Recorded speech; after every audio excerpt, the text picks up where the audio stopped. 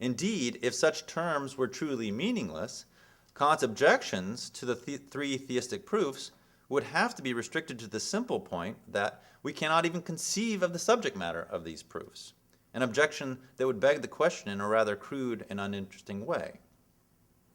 Instead, what his detailed objections to these proofs presuppose is that we have at least a rudimentary understanding of what we are talking about when we talk about God.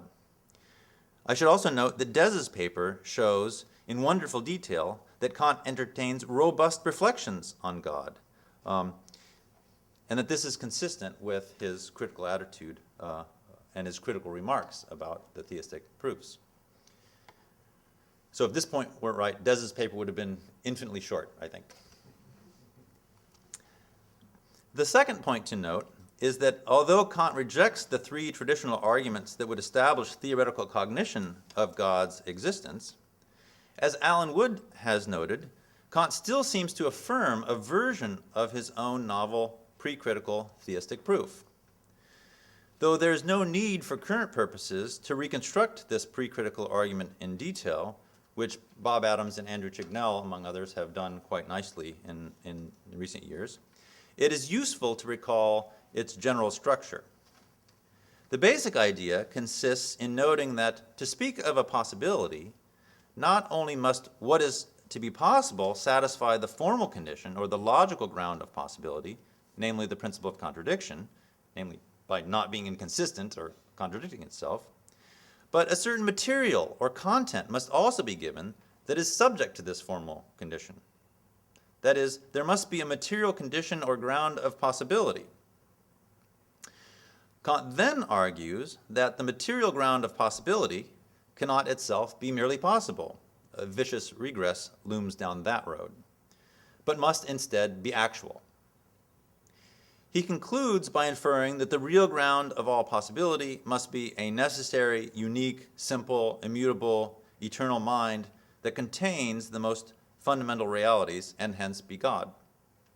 In short, God is required to ground not only the existence of all contingent things, but also their very possibility. In the first critique, Kant sees the need to recast and qualify this argument in several respects.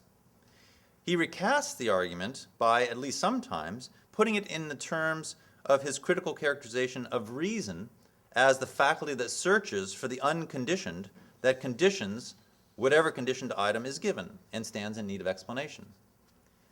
Described in these terms, the argument runs such that, first, the possibilities of specific empirical things are given as conditioned, that is, possibilities are not brute facts accepted as inexplicable primitives.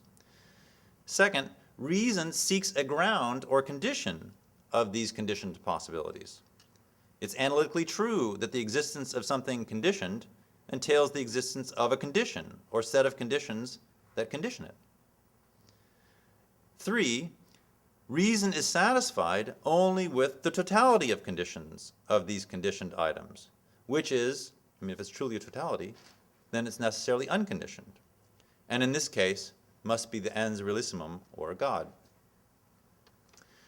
I readily acknowledge that Kant's statement of the argument involves further complications.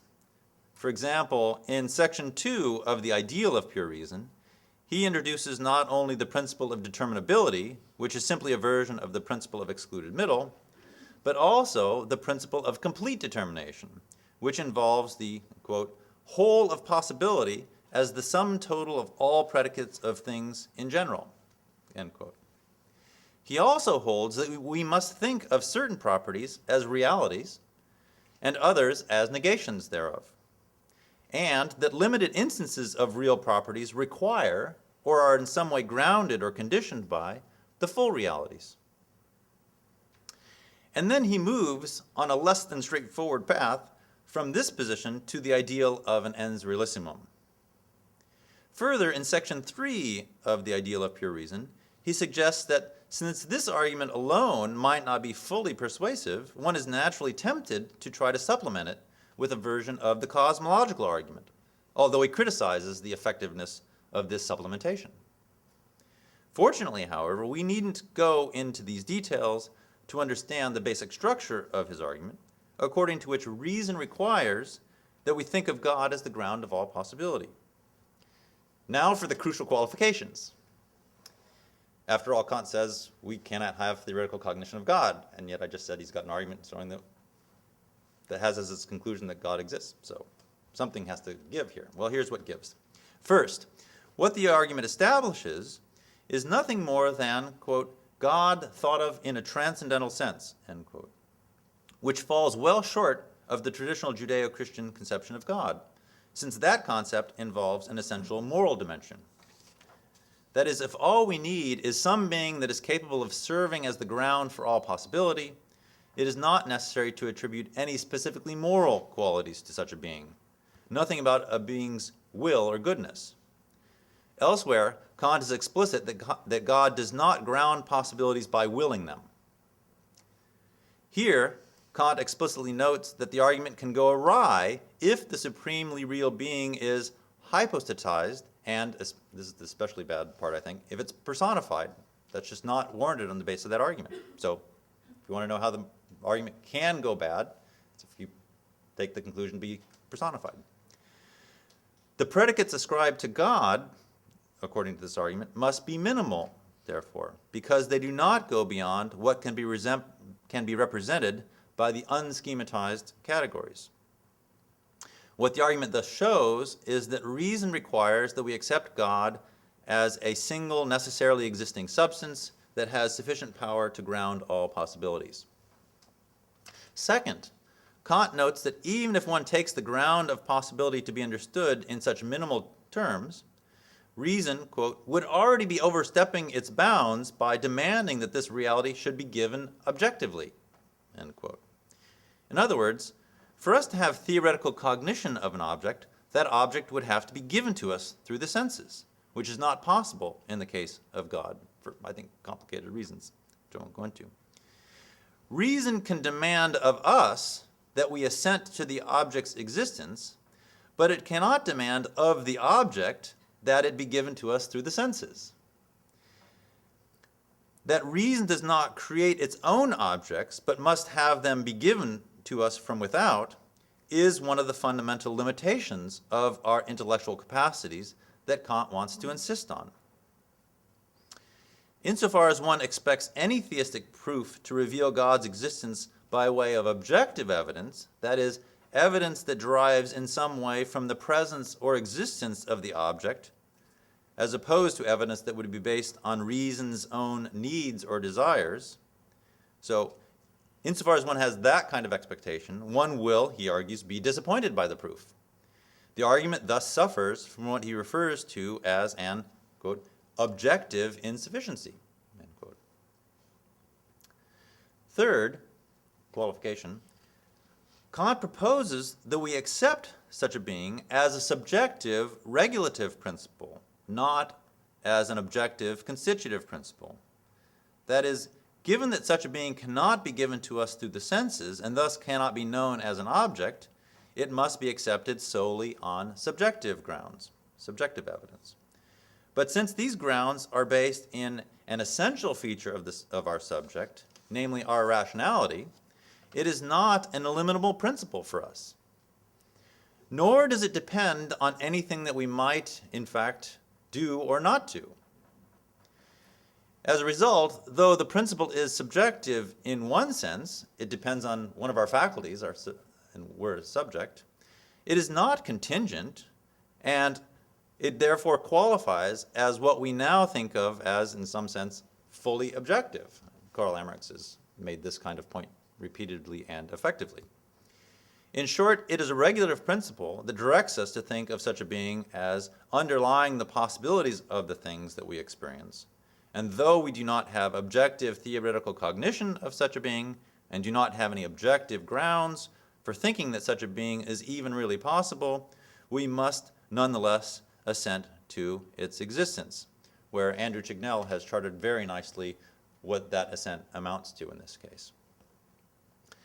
If we take these three qualifications into account, we can see that Kant's theoretical case for God's existence does not entail a rejection of metaphysics outright in favor of purely epistemic conditions, even if certain metaphysical claims are to be rejected insofar as they are taken to be theoretical cognition in Kant's technical sense of the term. Instead, what he advances, at least by his philosophical practice in this instance, is that certain metaphysical claims are presupposed as conditions on the possibility of cognition of empirical objects. In other words, cognition of the natural order, which is for Kant subjective in distinctive ways, is possible only if one is rationally committed to an underlying metaphysical order as well. Second section, Kant's moral argument. If we understand Kant's theoretical philosophy in this way, it brings with it important implications for Kant's practical philosophy and the moral order that it envisions.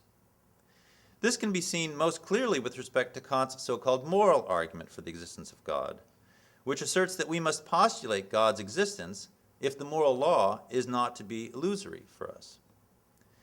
Specifically, Kant asserts that not only should we act morally, but in order to do so, we must assume that the ultimate end or object of our action, or our object of practical reason when we act, namely the highest good, is also possible. However, since the highest good, with its distinctive combination of virtue and happiness, does not lie fully in our control, we must assume that God exists as a guarantor of the possibility of the highest good.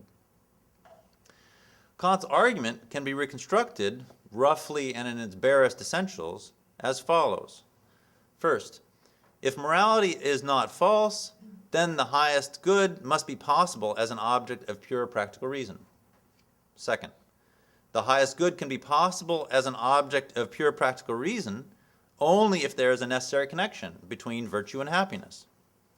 Third, there can be a necessary connection between virtue and happiness only if either happiness necessarily causes virtue or virtue is necessarily the cause of happiness. Fourth, happiness does not necessarily cause virtue. Fifth, if virtue necessarily causes happiness, it must do so either directly or indirectly by way of a being that has the knowledge, power, and moral character to do so, that is, by God. Sixth, virtue does not cause happiness directly. Seventh, now we get the crucial first premise, antecedent, morality is not false. So you put all that together and you get, therefore, God, understood as a being that has the knowledge, power, and moral character to necessarily cause happiness to be proportionate to virtue, must exist. Needless to say, the argument has numerous controversial features. In presupposing that reason must not only be the source of the moral law, but also have the highest good as its necessary object, Kant is basing his view on a more robust conception of reason than the kind of purely formal conception of instrumental reason that is typically assumed in contemporary discussions of the foundations of ethics. He also makes substantive assumptions about the relations between happiness and virtue, since he takes happiness, or flourishing, to be distinct from virtue, in opposition to a broadly Aristotelian account.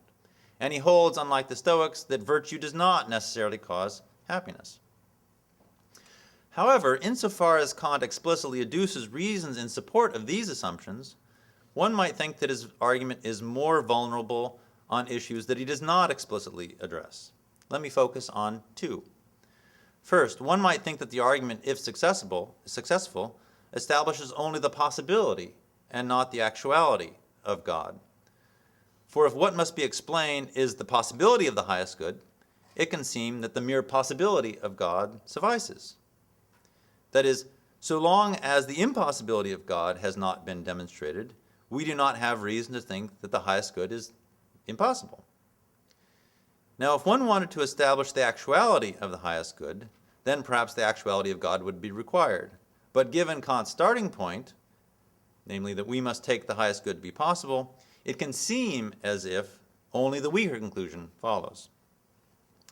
Second, even if one granted that the argument establishes the existence rather than the mere possibility of some being, it is still possible to object to identifying that being with God.